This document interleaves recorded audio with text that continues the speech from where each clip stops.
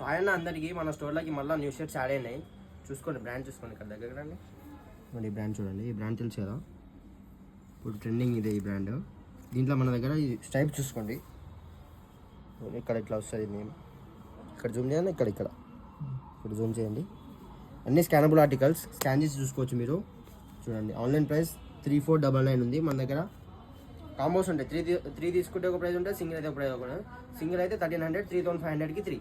దీంట్లో కలర్స్ చూపిస్తా చూసుకోండి, 6 కలర్స్ వచ్చినాయి చూసుకోండి.